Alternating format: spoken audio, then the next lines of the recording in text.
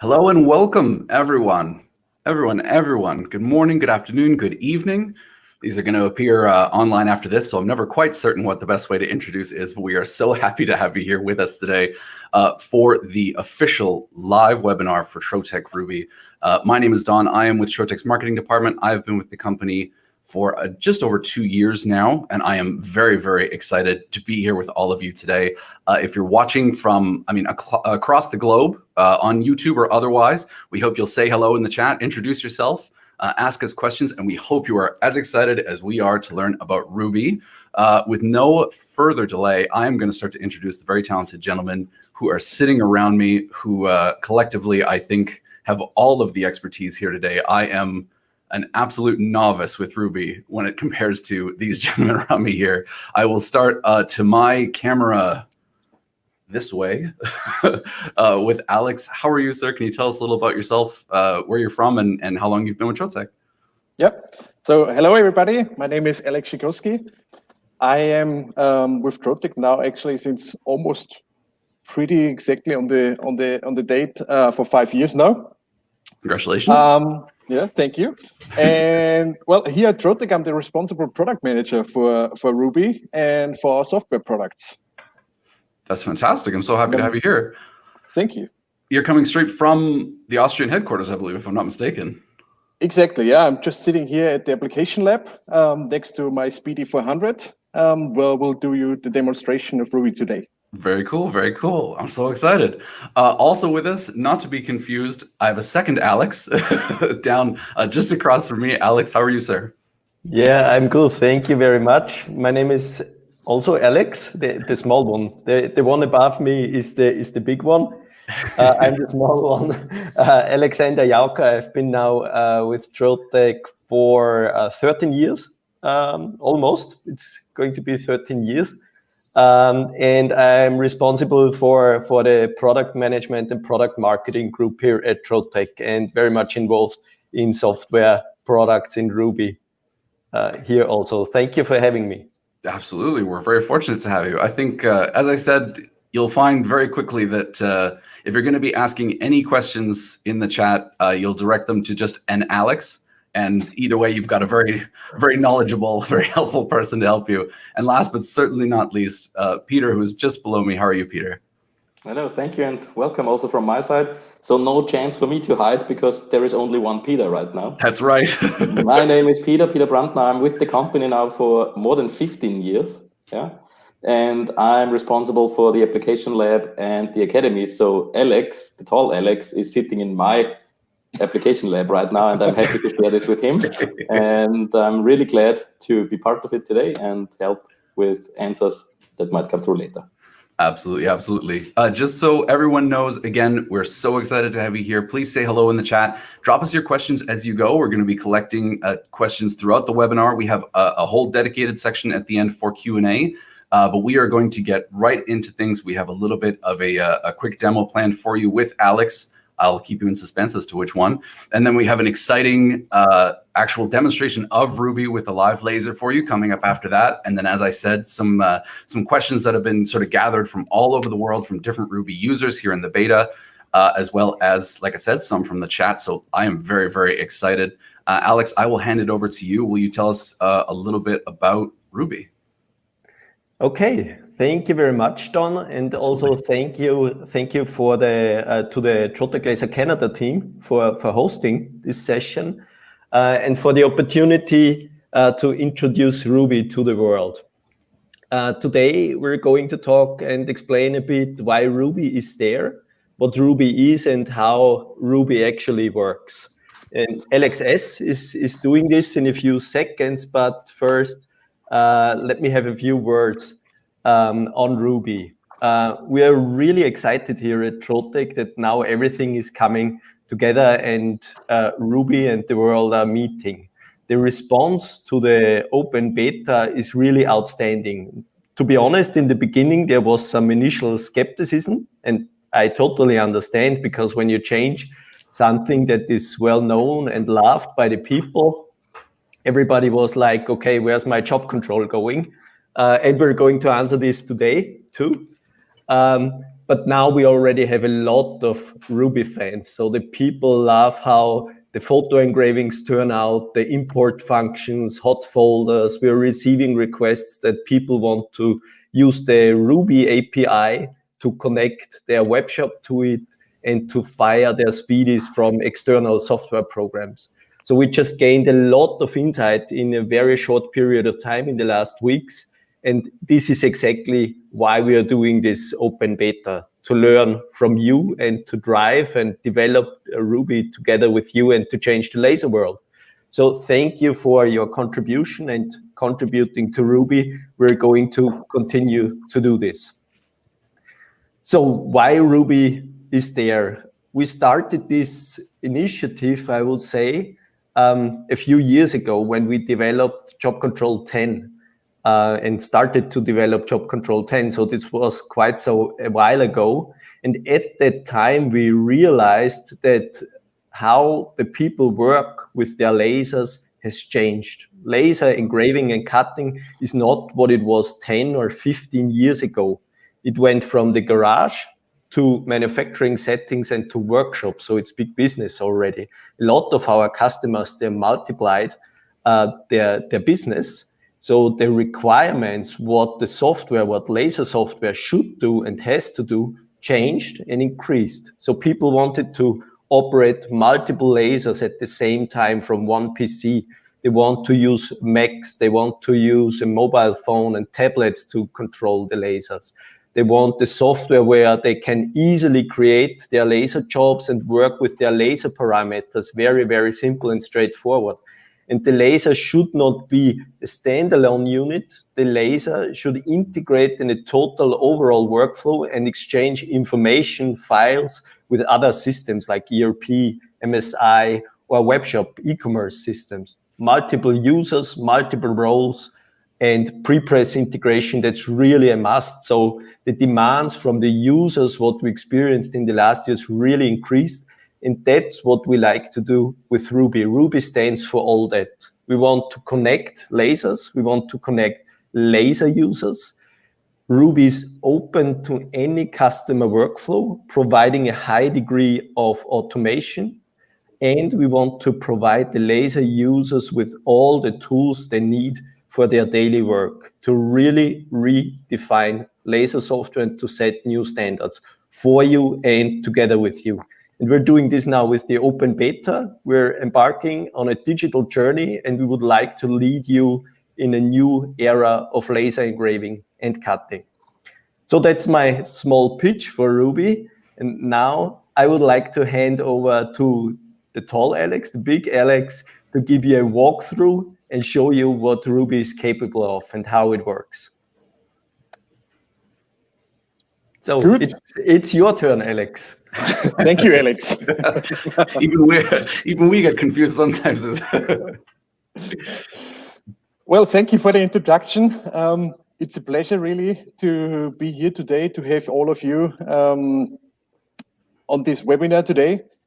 And well, I would like to show you and give you first demonstration of Ruby and give you a little introduction what we can do with Ruby already now with the open beta, and to give you also an idea where we're actually going to. So I think first of all, and probably the most important and one of the most significant changes is that Ruby is a web-based software. So this will give us many, many benefits in the future. Because as Ruby being a web-based software, it means we will be able to actually just directly use and access it from a web browser. So in this case, I just opened Google Chrome, and I can directly log into the software and start working with my laser right away. So this means that in future we will be able to really access all data, all information, all customer information from anywhere, anytime, just online via the internet. And moreover, also initially, we do not have to deal with any painful, time-consuming installation processes, which sometimes requires IT administrators or so. You can just directly go to your web browser, log in, and have everything available right away. So just type in my username, type in the password, log in, and have everything here already. And for today, I would actually like to show you a few use cases, a few workflows I have prepared up front for you.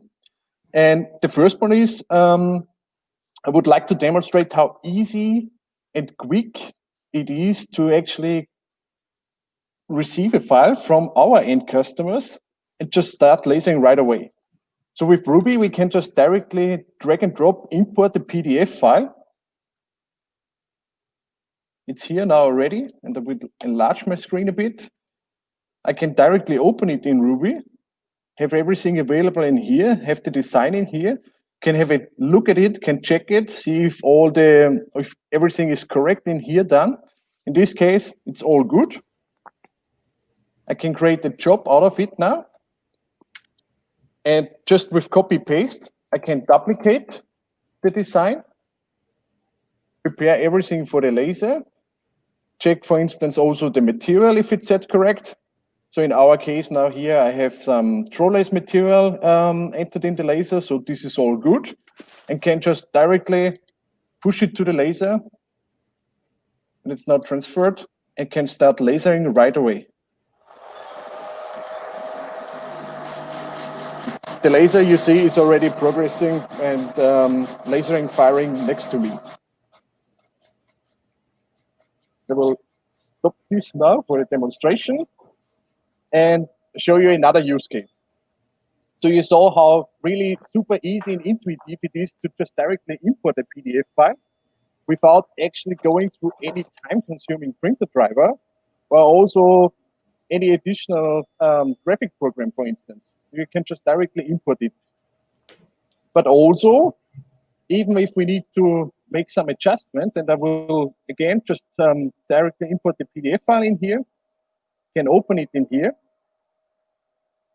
and have my design available here as well. Some of you might notice this is the design file we have seen also in the Ruby launch video. And I can make adjustments directly in here now. So in our case, the date is not correct. So it's still the 12th. So I can jump into here, make correction, set it to the 13th of November, and again, create a job out of it. I can duplicate it again with copy paste with the shortcut on the keyboard. And I can also do kind of small batch serialization now in here. So I can directly again here, just click on the design, edit it, and can increase the serial numbers. Is to 18.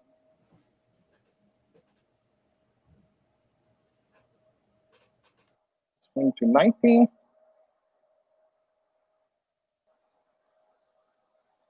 And last but not least, this one to 20.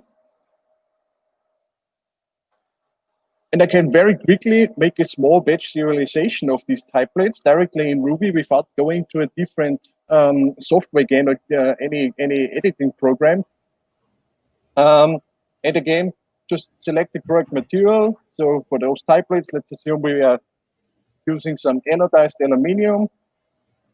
So would all be correct set again, and can then again push it to the laser, and I could start lasering right away again. So you see also how much flexibility Ruby gives us in terms of graphic editing functionalities.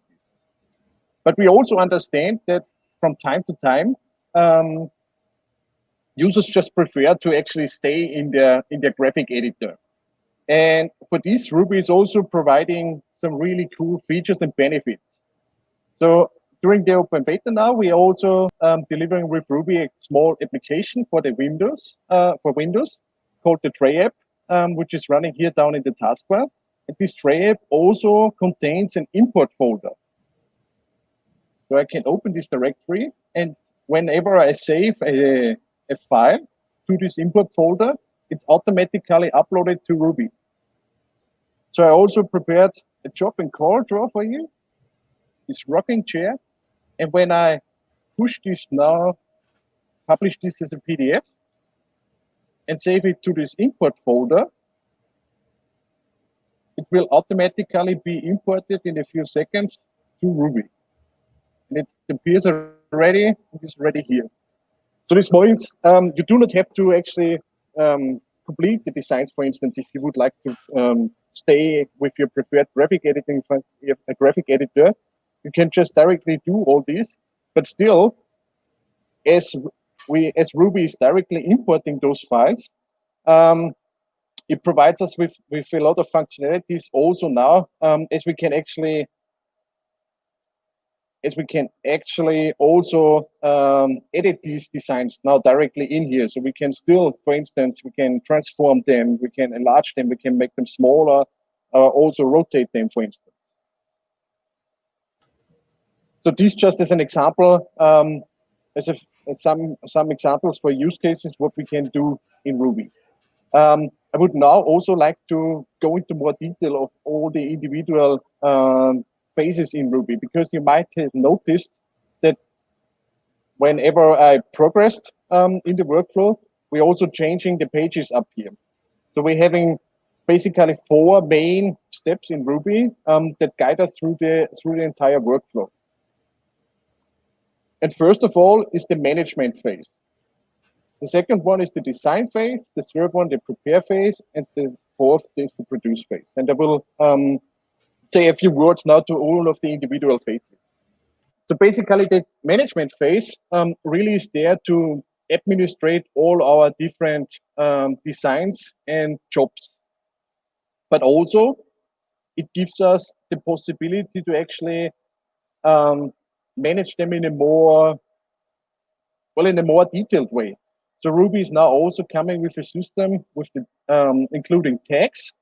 So in the tags we can use to actually attach our jobs with some more information that can be used for enhanced administration, but also for instance for searching and quick identification. So we can, for instance, just attach them with some information on what customer we have made a job for instance, good old John Doe, but also what type of application is it? Is it a promotional application? Templates, for instance, as well. And we see here, there's a differentiation between the designs in here and the jobs. And basically designs is all the different files we directly import to Ruby, the pure graphic information. And as soon as we attach some, let's say, material information to it, it's becoming automatically a job. And the advantage of this differentiation is, well, the design really contains all the graphical information we can work on and we can edit on. And the job, as it contains the material information, can directly be used from here, from the management phase as well, and to actually work even faster with the laser. So we can just directly, for instance, drag and drop one of these files here, push them to the laser, and it's now added to the laser again, to the queue, and we could actually again start right away lasering from here. So it's kind of like a quick bring functionality. And what file types does Ruby support at the moment? We can see this on here when we click on the import. We can see here the file types that are currently supported. So these are PDF files, PNG files, JPEG files, bitmap files, SVG files. You can actually also directly import a zip file. And of course, you can also import files from job control, so the TSF files to Ruby. In the management phase, as mentioned before, you can also do search for individual jobs. So whenever you enter something in the search field, it's searching for all the tags and the names and shows us everything that's coming up for this. And also, of course, we could sort this. We can sort the list, for instance, by name or by the creation date.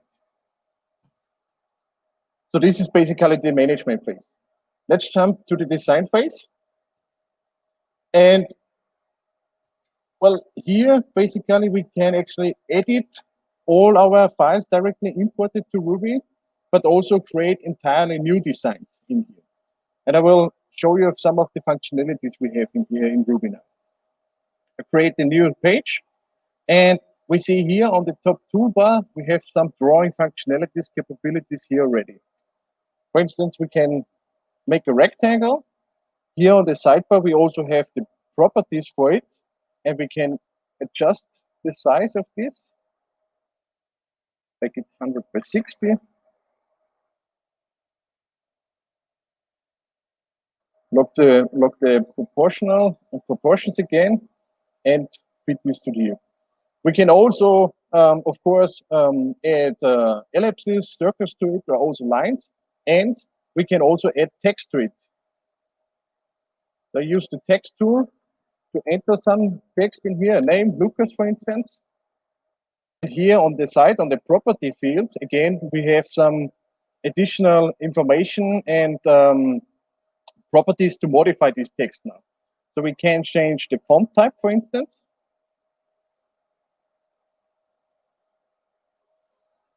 So something like this. We could also make it a bit better, make it a bit bold. And we can also add an image to here directly. So add this image of a tractor to it. And it's imported. It's a bit too large now. I'll make it a bit smaller. Increase it a bit. Undo. And rearrange this here. When moving objects in Ruby, we also see the snap lines, like here, appearing. This really helps us to properly align objects to each other and to the page. So I can easily place this on here now. As mentioned before, we'll also make some circles to here. We make this, we put this to the red color, to the red layer, and I will have a few words to this later in a minute. Also, adjust the size, for instance, of it, and place it correctly, so we have a hole on our sign later. And again, we can duplicate it just by copy paste, by shortcut, and move this to here as well. We can directly create and sign a job directly in here in Ruby, for instance. And I mentioned the colors, the layers here on the side, and I'm already saying it, layers and not colors, because Ruby basically in the background, in the backend, is now working with layers. And we know the colors from job control. And why did we change this? Because, well, the colors are still recognized, but they are treated as different layers. And this gives us the possibility now to actually also process and work with CMYK colors, for instance. So Ruby does not require the good old RGB color code defined in job control. You basically can actually use any color now and import it to Ruby, and Ruby will recognize it. And the same is also valid for vector lines, for the line widths, for instance. So it does not need to be in hairline anymore. Ruby will still recognize an object as a vector. And for this, I have also prepared a file as an example, CMYK file.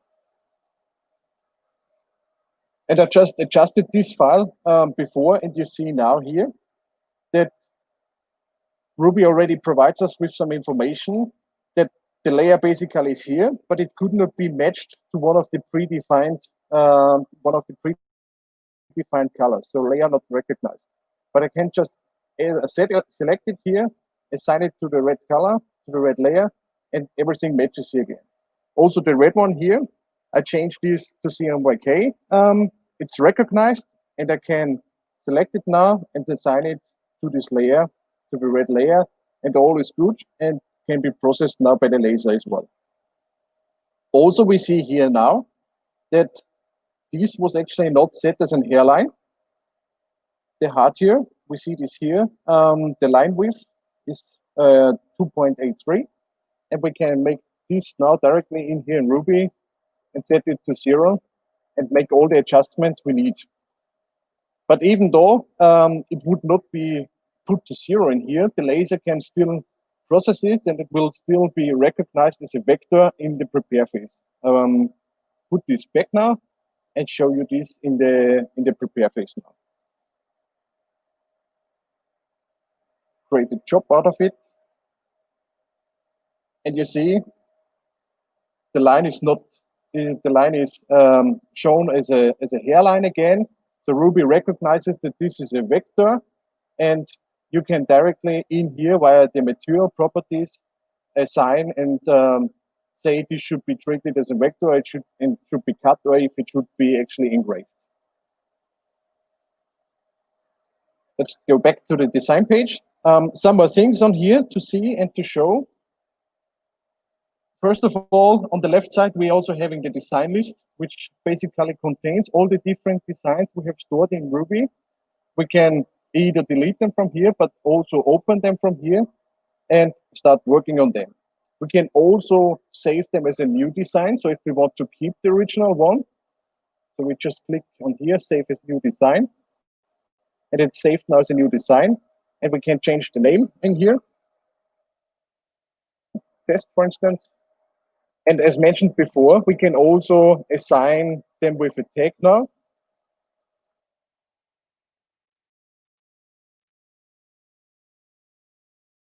We can then later on easily find them again and save it. Then on here on the right side, so we have seen, first of all, we have the dimensions of the sheet itself, of the job, of the design itself. Then when we click an object, we also see the dimensions of the object itself. We see the coordinates of an object. We can also select different anchor points. So if we want to precisely position them somewhere, and we can lock and unlock the proportions. Then down here, we are also having the rotation option, for instance. So we can enter a precise number to rotate an object, or we can just select it on here on the screen and move it to wherever we want it. Also, we see the fill option. So we can click and unclick this. And when we unclick it, we see that the text, the numbers are not filled anymore. This is pretty handy if we want to just, for instance, cut the outline of something to do a very, very fast processing, for instance, instead of the engraving. We can fill this again, and we can also change the line width. 0.2, for instance, and we see this is changed as well. Also, we can flip objects and mirror them. And when I will save this now and go back to the file we made before, when we select an image, for instance, as well, we can also invert them. So we have this possibility and option directly in here in Ruby as well. And then, last but not least, we're having the layer card here on this side.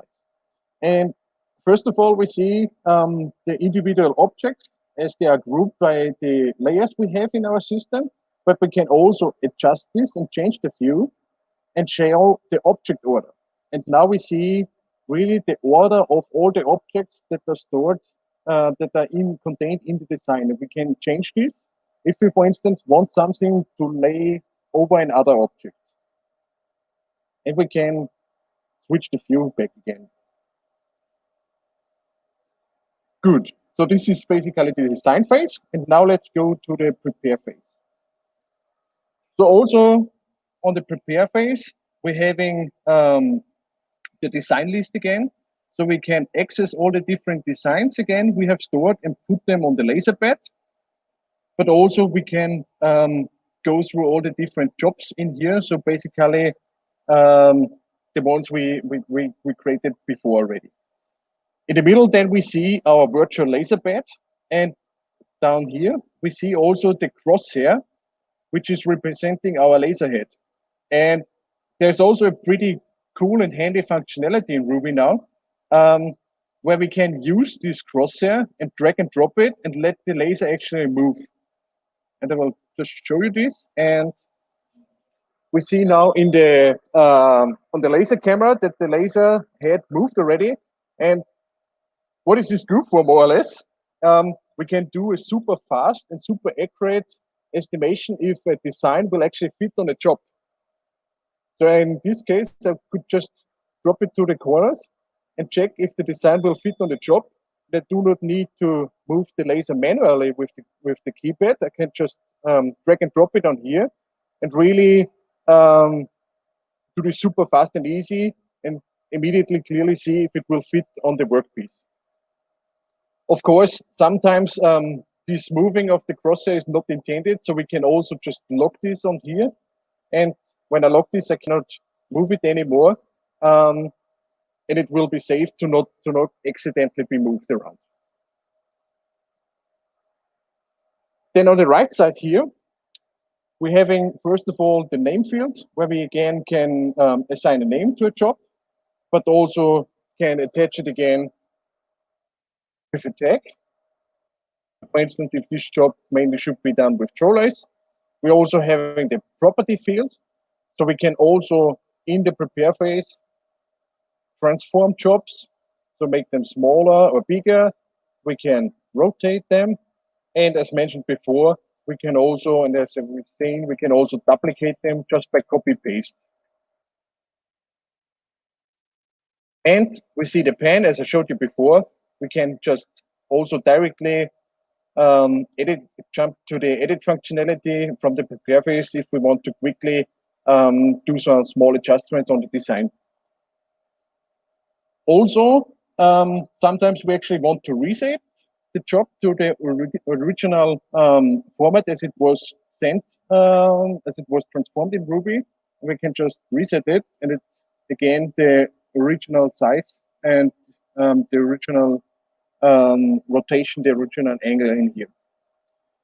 Then we're having the material card.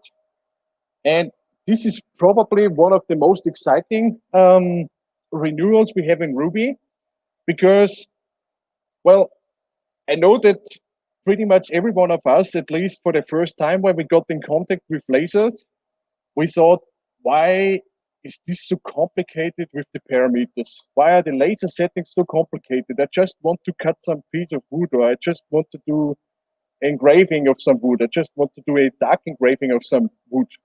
And for Ruby, we actually completely turned, well, we actually started from scratch with the material database and thought about this and what we can do on this and how we can actually improve this. And we introduced something called the material effects to really work on this topic and to change this. So we really want to provide laser users with this option, with this capability, with this function to just select what effect we want to create on a material. So for instance, on some piece of wood, just have a dark engraving or have a deep engraving, for instance. And well, we will extend this methodology of the material effects in future a lot. So we have the first more or less tranche of the material effects now, the first introduction, as it's automatically importing the settings from job control during the installation. But this will be extended a lot in the future, and we really want to simplify the handling of laser parameters in the future a lot. So what do we see here on the material card? First of all, we see the material we have selected, and we can click on here and just search for some kind of material. So for instance, aluminium or some wood. And it shows us all the different materials we have stored in Ruby in the material database for wood. Then underneath, we have all the different material effects that are saved to this material. So in this case, for the trolleys, I have some quality engraving, some speed engraving, a masking effect. I will explain this in a second, and also a quality cut or a speed cut. And also, if we have some color, a layer in our design that's not matching one of the predefined settings in the material, Ruby will show us this in the unassigned area, and we can then just easily assign a layer to a material effect we want. And I think I will show this just quickly. So I select this one here, put this on the blue layer, update the job. And we see now here that it's not shown now here because it's selected as the masking effect now. And if I would unassign it, it's here, and we see it transparent. So we see immediately that it's not being processed, and we can just select it and say this should be a speed engraving, for instance. And we have seen it was assigned to the masking effect before. So what the masking effect does is basically, if we have an object that's overlaying another object, we can say this should actually be a masking and not being processed. And just to quickly show you this, I will just very quickly create a design in here, make a circle, fill this with black, draw another circle, put it, for instance, on the blue layer, also fill it, and then position it to here and create the job out of it. And we do see now, because it is assigned to the masking effect, the blue circle is actually covering the black one, and the inner one, so the blue one, is not being engraved, and we can actually create, for instance, a donut with this now. If we assign it to the engraving as well, we see that this area will be engraved as well. Or if we assign it, or if we unassign it, actually, we see that the entire black circle would be engraved. So this also gives us some functionalities and options in the future to create individual designs and how to build up designs. And then underneath, we're also having the processing rules. And in here, there's also a pretty cool feature hidden. So first of all, we have the option and the functionality in the geometries first, as we know from job control. So when we are cutting, to actually do the inner geometries, cut them first. But also, Ruby brings a new option now as well, called the skip overlapping cut lines. And some of you actually might know this as common line cutting, as it's often called in the printing industry. And what it does is basically when two cut lines are overlaying, it would only cut them once. So for instance, if I would create a rectangle like this, the cut line now in the middle in between of them will only be cut once. So this, on the one hand, makes the laser process more efficient because we are not cutting redundant lines, but also we can actually really put them border on border the files and save a lot of material as well.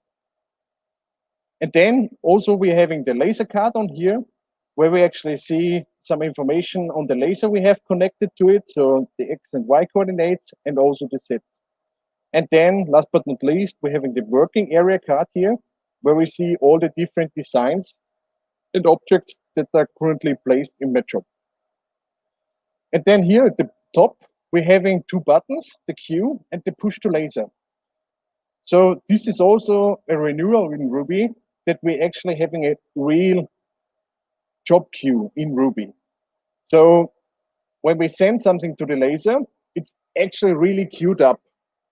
So we can then process the job after job, and not like it is currently in job control, that it's more or less a list, but it's really a queue that has a distinct order, where we can process them one after each other.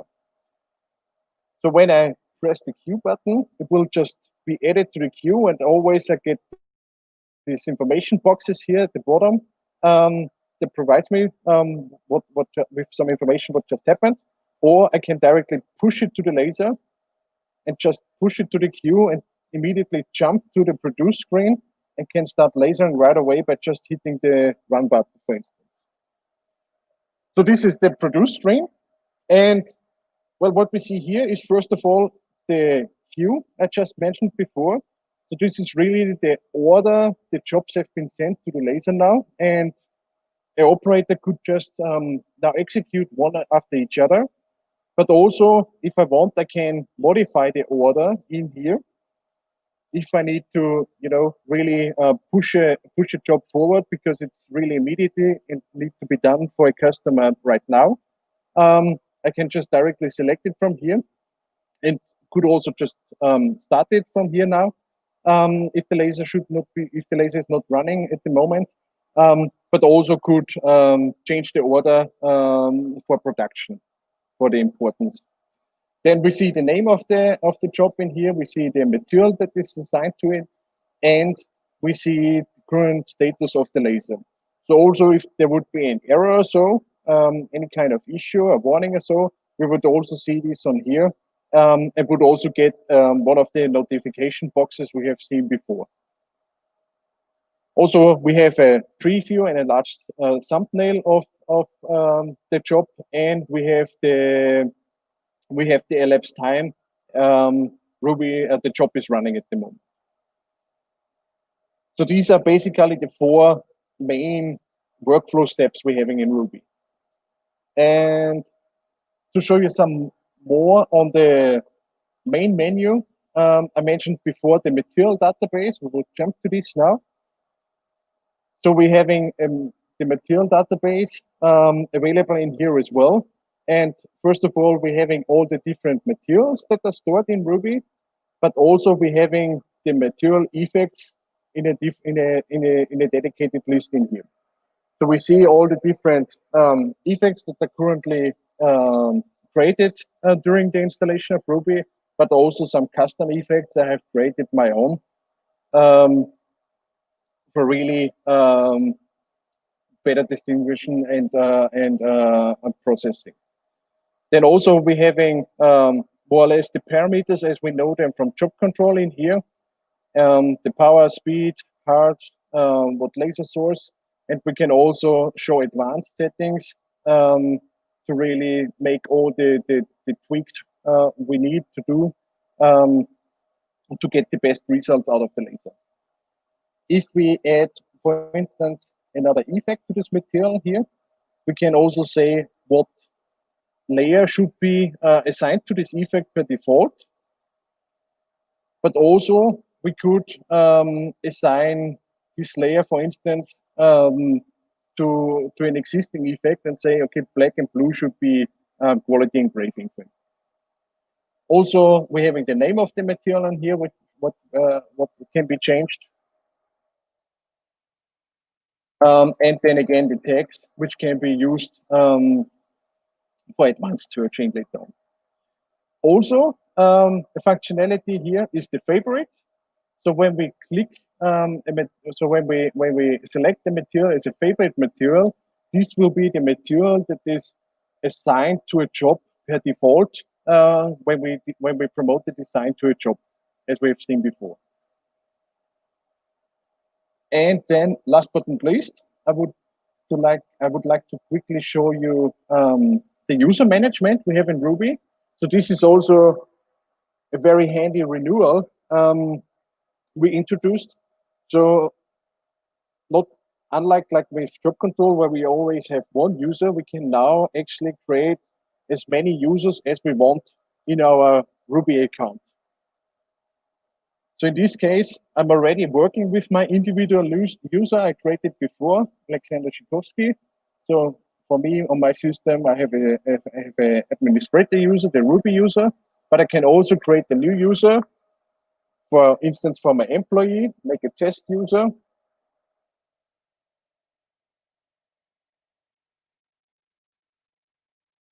And create this, and also get the password for this user, which I can copy to my clipboard and can send them, and can also say what permissions, what rights they should have. So for instance, I can assign them administrator rights. Could also reset the password directly in here in Ruby, but also could remove them. And I could also activate and deactivate them directly from here. Also, what option we have in here is show files from all users. And this can only be changed by an administrator. So what does it do is, well, as we can have different users in Ruby, we can have all of us can have individual jobs then and designs in Ruby. And if I click this, I can actually see the jobs and designs from other people as well. I cannot modify them, but I can copy them as a copy for myself and can start working on editing on them. Or if I uncheck this, I would not see any files from any other user. So for instance, if I do not want that, I do not want to see them. And then, not a Ruby function, but one function I would like to mention as well is really the feedback tool we have here in Ruby. If we click on this, we get on a new page, on a new site, on the feedback form. And this is really important for us. So as we launched the closed beta in April already, we have received a lot of feedback from our customers, from the lazy users, which helped us to improve Ruby now for the open beta. And also now again, we really ask everyone to share feedback with us, to develop Ruby together with us, and make it a better product for all laser users. And with this, I'm done with the short demonstration. And well, I think it actually took some time already, and I will hand back now to Don. I mean, thank you so much, Alex. That's fantastic. There were things in there that, I mean, first and foremost, I didn't know. I saw some great questions in the chat. I really wanted to highlight one of the last things that Alex said as we head into our Q&A section, which was about the feedback tool. I'm going to put a little banner here on the bottom of the screen. Oh, it's already even showing. That will give you a link there regardless of where you're watching from in the world. If you just enter that URL into your web browser, you can download the beta copy of Ruby right now if you don't already have it. We're going to go into the Q&A here in just a few minutes. But again, as I said, I want to really highlight something that Alex was talking about at the end of the demonstration there, which was the feedback tool. When you get into the beta and you have the chance to play around with it, please submit your feedback. I mean, especially the team in Austria and these gentlemen you see around me have worked very, very hard to try and make this tool as robust and as perfectly streamlined for everything that you need it to do as possible. But it is absolutely designed with you in mind. For the same reason we're collecting the questions from chat right now, and we have these questions that we've collected from users around the world. It's that we want this to be the best product for you. You know, it's so important to Trotec that we make our customers as profitable as possible, and we continue to make you as efficient as possible. And so if you have any more questions, definitely throw them in the chat. I'm going to get to them, and as many as I possibly can. Keep in mind that all these gentlemen are in Austria, so you can rewatch this webinar online, but we have already asked them to stay late on their Friday, and they were all very willing and happy to do it. But I will say, you know, I don't want to let this run forever because I know we could just keep asking them questions on and on and on. So with no further ado, I will jump right in. But as I said, do not miss out. ruby.troteclaser.com. Download the demo, the beta version, I should say, and definitely give us your feedback. One of the top questions I know we have been getting over the past couple of weeks, and Alex, you briefly touched on this in your demonstration, but I was hoping that perhaps we could sort of really clarify, how can customers run Ruby with a Mac, and will Ruby be Mac compatible? Mm-hmm. Well, that's a very good question, Don. And I know we get this a lot and very often.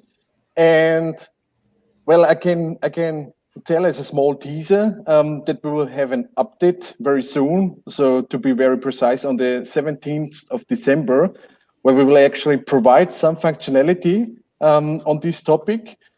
So we will have some kind of local network capability. So we will provide a feature in Ruby that users can actually really connect to the PC where Ruby is installed from any PC in the network.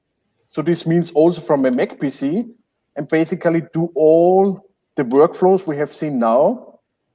So do the management, do the design, do the preparation, assign the material, and send it to the laser. And only starting the laser physically needs to be done on the Windows PC then. So that's coming already very soon. That's coming in December. And well, of course, as Ruby is a web-based software, there will also be a full Mac support, full Mac functionality where you do not need to have any Windows PC in your office anymore at all. Yeah. For the record, I'm on a Windows PC right now. I love my Windows PC, but I will say I think you just made a lot of people around the world very happy. Yes, exactly. Thank you, Thomas. The 17th of December, it's Christmas, early Christmas. I will say another one that we've got sort of repeatedly since even the first videos went live to our YouTube channel is specifically about file formats. I'll maybe ask Alex J if you could sort of touch on the file formats that we have currently and maybe in the future. Sure. So currently, as LXS already said, we started with PDF, SVG, PNG, JPEG, bitmap, and the Trotec file format. But that was a starting point, and we know that it's extremely important to work with Coreldraw files, DXF, DWG, and AI. So that's on the roadmap. That was a starting point now for us because PDF is very a uniform file format as SVG and PNG is. So starting with it, but Coreldraw, DXF, and AI, DWG is on the roadmap. So that's coming, and to be fully compatible and have full control over the laser files from design files from Corel and Illustrator is very important to us and our users. So that's coming. It's fantastic. I know my understanding too for choosing some of those file formats as a principal focus was also because they bridge all of those different software programs, of course. So you can export a PDF from Photoshop, Illustrator, CorelDRAW. If your customer is going to send you an AI file, you can always request a PDF or a PNG and be able to import it right into your Ruby straight away. Absolutely. Speaking of CorelDRAW, actually, this was one that came up in the office yesterday when we were sort of discussing it. We were so curious to see Alex get to demo the design and the artistic aspects of Ruby. So I assume, we're not phasing out CorelDRAW. We're not expecting that users, it's a very robust tool in Ruby, certainly, but we still have the functionality then to use the design software that we prefer. Well, yeah, we do not aim to replace Corel or Illustrator because, every graphics pro will stick to their Illustrator, and there will always be Corel lovers around, and for a good reason. These are great programs. And I've been working now with Illustrator now for more than 20 years, and I deeply, deeply miss Macromedia freehand. So I can relate to all these discussions very much. But what we see a lot is that new laser users are asking us what the best tool is to create laser jobs and to prepare their files for their laser. And here we're aiming definitely to say Ruby is the weapon of choice here, and we will constantly add functionality to make it easy, straightforward, efficient to prepare and design laser jobs. That's what we're aiming for, not to a full-fledged graphics pro editor. That's not the aim. That makes sense. Absolutely. Well, and I know I saw in chat while Alex was doing the demonstration how many people appreciated the ability to fix files directly in Ruby, that, if you get something from a customer that has just this one little tweak that you'd like to make, be it to the line width, be it a small typo, right? That sort of thing, being able to fix those directly in the software is so handy. Absolutely. So if we have users who are excited to download the demo, I have to ask which of our machines are currently supported, which we should expect for the future. As you said, Peter, there's nowhere to run if I ask for a Peter. But you'll be able to tell me sort of, I'll throw it to you, which machines are we planning to support? Very good question. And finally, all Trotec lasers are going to be supported by Ruby. The open beta currently supports the Speedy series, so Flex, Fiber, CO2s, some of them going back even into 2001. Yeah. Wow. And the supported product range will grow. Next to come, obviously, then SP series. Right. Okay. That makes sense. So I should ask then, is there any sort of different hardware? I think I actually, yes, I have. So this exact question, is there a different hardware at all needed to run the Speedy laser with Ruby, or is it, I mean, stock standard? If it goes back to 2001, I assume pretty easy. No, the answer is very easy. No, it is not. Yeah. And future-proof solutions, that's very important for Trotec, and offer future-proof solutions to our customers. The Speedies that are compatible with Job Control 11 also support Ruby. If you are not yet on 11 or have questions, please also get in touch with the local teams. They can help you to get there. 100%. I cannot recommend 11 enough. I'm slightly biased, but I do really like working with Job Control 11 personally. Similarly, I have to ask if you can run Ruby and Job Control in parallel. We had some great questions about importing material settings from Job Control to Ruby, that sort of thing. So just as a baseline, are we able to run both softwares, alongside one another? Yes, you can. You can install and run both packages in parallel and even switch between the software packages if needed for the one or the other job. And this is also what we do right now, because I'm the biggest machine user at Trotec HQ right now. Yeah. As you said, Alex is in your applications lab at the moment. It's ours. It's a share, absolutely. And so I think you've sort of touched on this, but again, these were great questions we thought gathered from customers around the world. So are there any plans for Ruby to phase out Job Control? And if so, how soon can we expect that? Yeah, Job Control is and still will be functional with your lasers, and we are going to support this. But obviously what you have seen also in the demonstration of Alex, Ruby and the technological base of Ruby allows us to bring even more benefits to the laser users of the world that have not been possible in the past. So definitely the technology base for future developments is going to be Ruby. And from today's perspective, we are planning to put Job Control into a frozen state around mid-2022. And however, it will still be supported then for the upcoming years. But the amazing stuff that Alex has shown, this is possible because of the technology base of Ruby.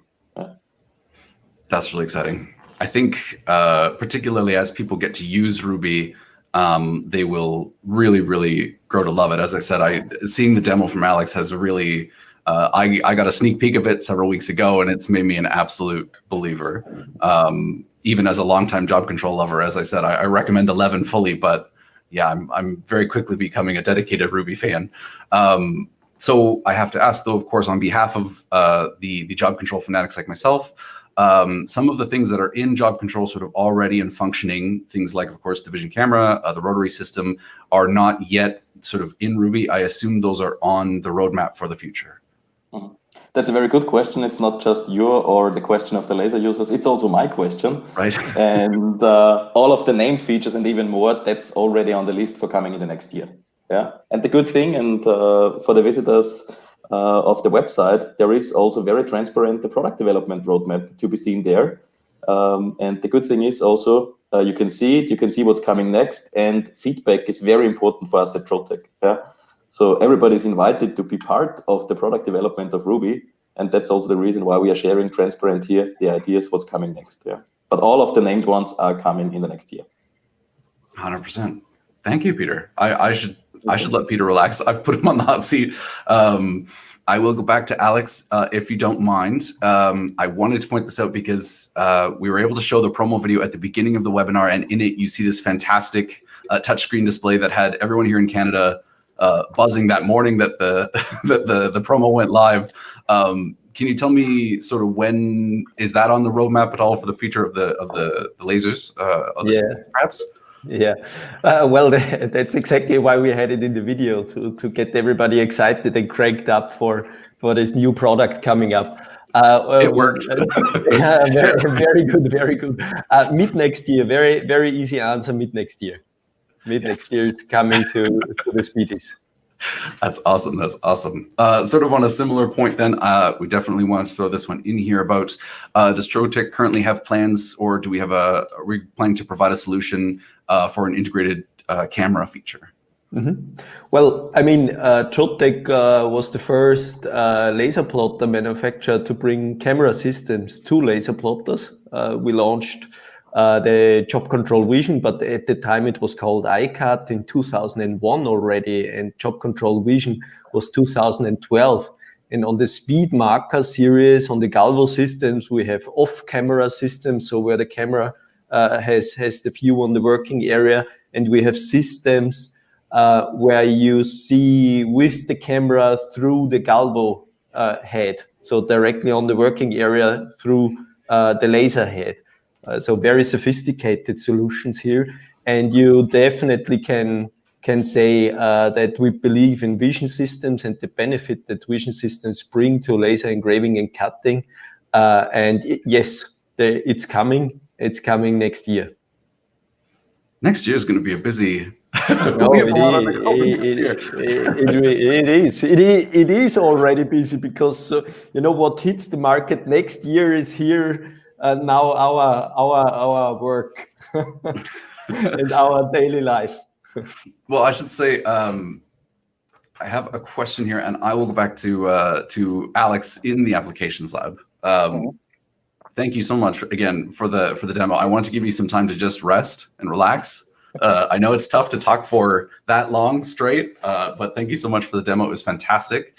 I have to ask, as someone who is deeply connected to the consumables here in Canada, I have to know if it's going to be possible to connect a web shop with Ruby on behalf of all the customers that I know I sell consumables to, who have their own, web shops and web businesses online.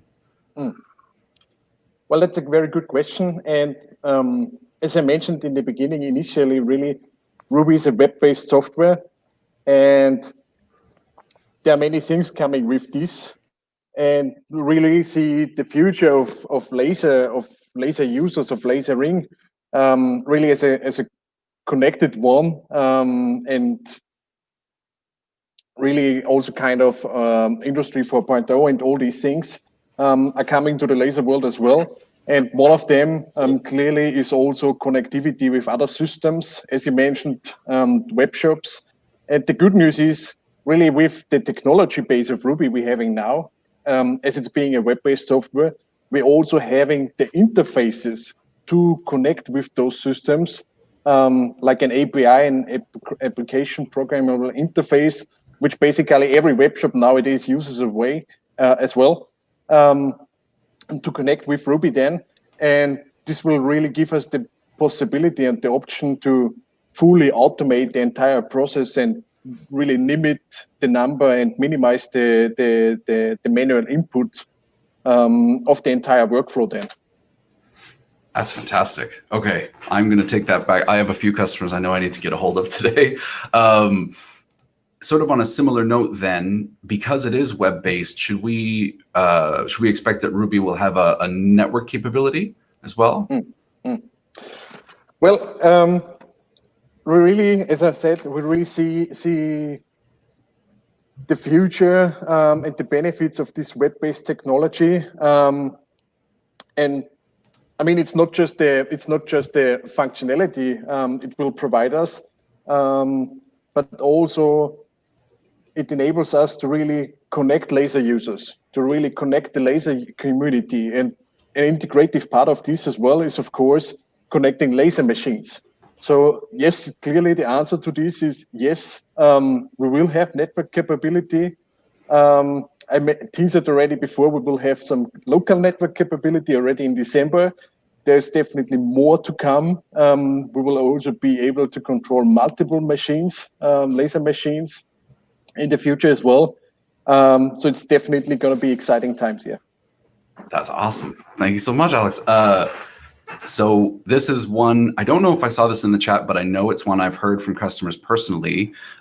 So does Ruby run sort of right in the internet itself, or will there, are there plans for an offline solution potentially down in the roadmap somewhere down the line? Well, currently the open beta is to some extent there are online functionalities already there, but you still, install it locally on your Windows 10 PC. But we really believe, strongly believe in this and see how this will actually benefit laser users in the future. All kind of over-the-air updates, for instance, where we really stay up to date with our systems on the latest functionalities. There will come new features and new functionalities with Ruby often that make us more productive, as we have seen today. There's way more to come. And therefore, we really believe in being connected, being online. So we would like really to go for an online solution where everyone really benefits from continuous updates over the air and being connected with the rest of the world. But also clearly we see that sometimes this is not possible. And the good news is, of course, for those customers as well, where internet access is not possible, we will definitely have a solution available as well. Awesome. I'm very glad to hear it. I think we're getting towards, we're over an hour already, but I have a few more questions I wanted to pass by you. I think one that is very, very important to address certainly is any issues of security. Certainly you've shown some of the robust sort of different, the number of users and things that you can add to the system. In particular, I know there was a customer in the chat who was talking about working with many of his students in the classroom and being able to give each of them an account was fantastic. But, could you touch maybe even just briefly on how, Trotec will address sort of security related concerns perhaps going forward? Well, to be honest, security is really a serious topic here at Trotec as well. And this is treated very important here. So whenever we started with the conception of Ruby, we always had all, different kind of GDPR regulations, rules nowadays in mind to really comply with all of these things. But also we're really using certified technology by Microsoft for exactly those reasons. And also using latest encryption technology to really ensure that all the private data really stays private, and to take this concern away from our customers and really make sure that this is addressed. Wow, I didn't even know that. That's fantastic. Okay, that puts my mind at ease. One of obviously the most important questions, and we've saved the best for last perhaps, do customers have to pay for Ruby? That's, I guess, my turn. Please, Alex, far away. Yeah. Well, now the open beta now obviously is free for download. Absolutely. And when we go to the full release, we will also include Ruby to the laser machines. So when you purchase a Trotec laser, Ruby will be included as job control is today with the laser machine. Today we have modules, additional modules like job control vision and job control cut, which are payable options. And this will be also in the future. So for a certain feature set, for example, we might bring to a module, and for this you need to pay extra, which also gives extra benefit. But the functionality today from job control and what you see now in Ruby also, what's already there and will be available throughout the open beta, will be free of charge in the future also. Fantastic. Well, I'll come back to you then. We will end on a very strong note, sort of on a similar mode then. So would you say that it was on a subscription model, which is, the subscription models become very popular, obviously. Is Ruby planned for sort of a subscription or a fee-based model? Yeah. Well, that was very interesting to see. In spring, we did a survey amongst Trotec laser users. We got really good response to it, and we asked people about features and also if they would be willing to pay for a subscription model for a certain feature set. And everybody was really got nervous then and started to asking, oh, do we need to pay in the future for on a subscription basis because we don't like subscriptions? And not to make you more nervous, that was a survey, and we wanted to learn from the users when and for what they are willing to pay. And for functionality today, as you have in job control, the people said, we expect that this functionality is part of the laser machine. And we learned that, and we really respect that, and we see it the same way. As I mentioned before, for a feature set which is a little bit more advanced, like CAD/CAM functionality or vision functionality, that might be a payable option as it is today, and their subscriptions are interesting models because you can buy or use certain functionality whenever you need it, and you can turn it off when you don't need it. So there's a good customer benefit there. It's not yet decided. We're investigating it. But we're listening to our customers and users, and we only will make things which gives benefit to them. I think that has come across in this webinar absolutely 100%.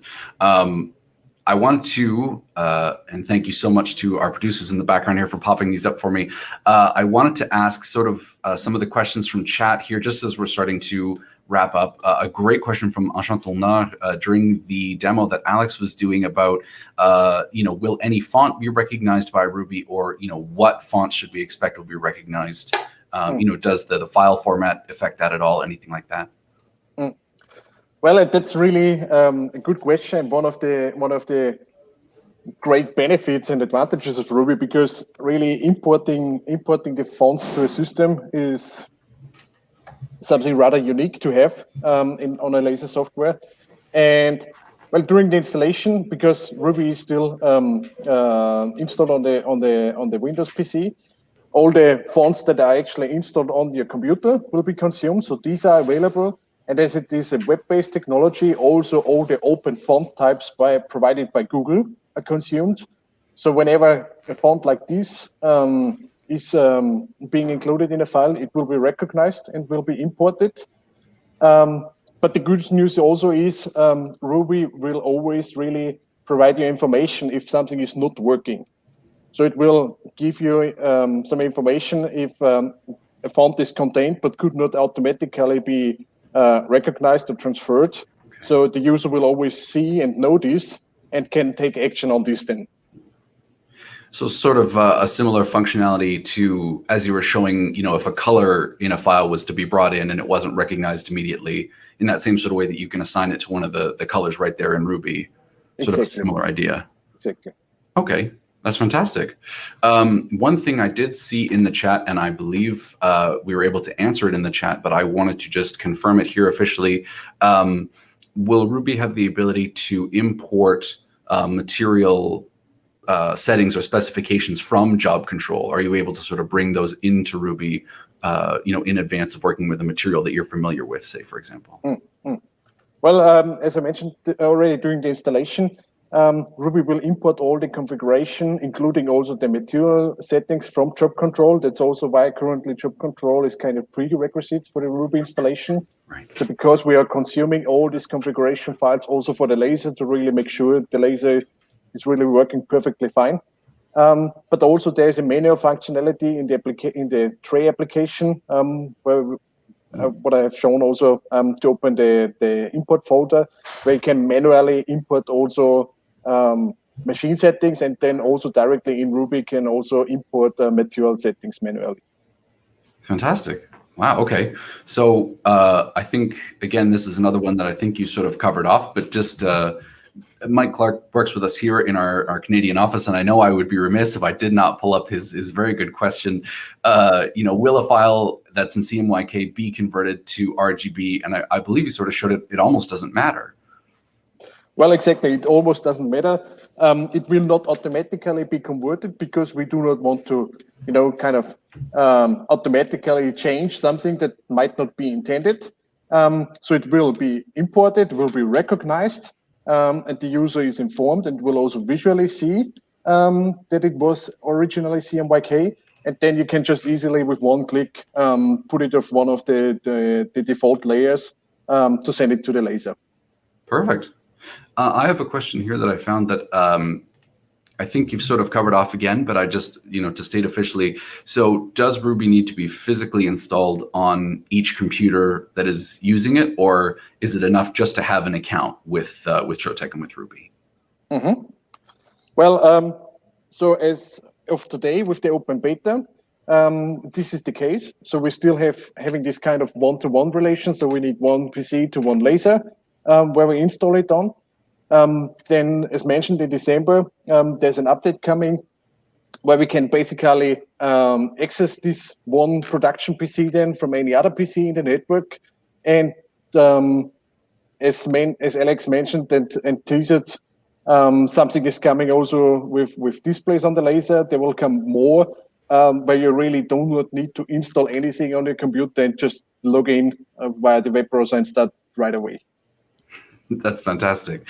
I'm looking for the question here in chat, but I had a great one that came through from Randy, who asked, will there potentially be a way to automatically, so you were showing in your demonstration where you were adjusting the serial numbers from one piece to the next. Will there potentially be an automated way to sort of set that up as there is, say, with one of our speed marker machines? Well, definitely.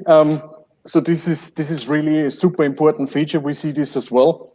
So it's definitely handy to do this kind of small batch serialization, as I've shown before. But definitely, I mean, if we want to fill up the entire workbed with plates and do really serialization with mail merge or so, this is not the perfect solution then. So we definitely need some kind of serialization working with dynamic data, and this is already on the roadmap and will definitely come as well. Perfect. Well, listen, I know, as you said, there is going to be a lot to come. And as Peter mentioned, there's definitely going to be sort of an open roadmap structure to the development of Ruby.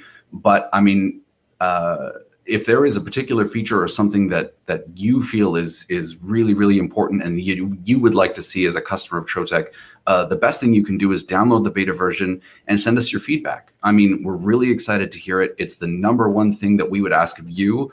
Certainly, if you appreciate the webinar this morning, if you have any other questions, this is going to be posted on YouTube. We invite you to post them there. But the best thing we could ever ask you to do is if you could download it, and give us your feedback. That's the optimal way to see any feature you want to see in Ruby come forth in the future, sort of thing. I think, again, I am going to sort of wrap things up here. I know you three gentlemen have a lot to do. We're obviously very, very busy, both this year and next. Have a big schedule planned. But Alex, and Peter, I want to say thank you again so much for joining us this morning. I know we have a lot of great questions and comments in the chat. We will take some time to go through those at the end for all the great feedback that you guys have left for us. Thank you, everyone out there, for watching, and we hope to hear from you very, very soon with your feedback. And as always, we're here for you. Take care. Have a great day. Bye, everyone.